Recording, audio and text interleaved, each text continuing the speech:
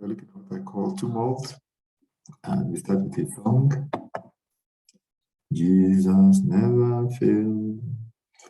Jesus never fails. The man of the world may let you down, but Jesus never fails. I mean, this is captured in this particular scripture. Acts 14, verse 8. And in Lystra, a man without strength in his limbs, sitting a cripple from his mother's womb, who had never walked. This man heard Paul speaking. Paul, observing him intently, and seeing that he had faith to be healed, said with a loud voice, "Stand up straight on your feet." And he leaped and walked. Now, when the people saw what Paul had done, they raised their voices, saying in the Lycaonian language, "The gods have come down to us in the likeness of men." And Barnabas they called Zeus, and Paul Hermes, because he was the chief speaker. So a notable miracle had been done.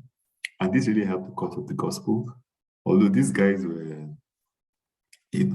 were more of, they had their own traditions of worship. And that is, they wanted to begin to make sacrifices, believing that this person, that Paul and Barnabas were actually divine beings. And of course, they tried to discourage them.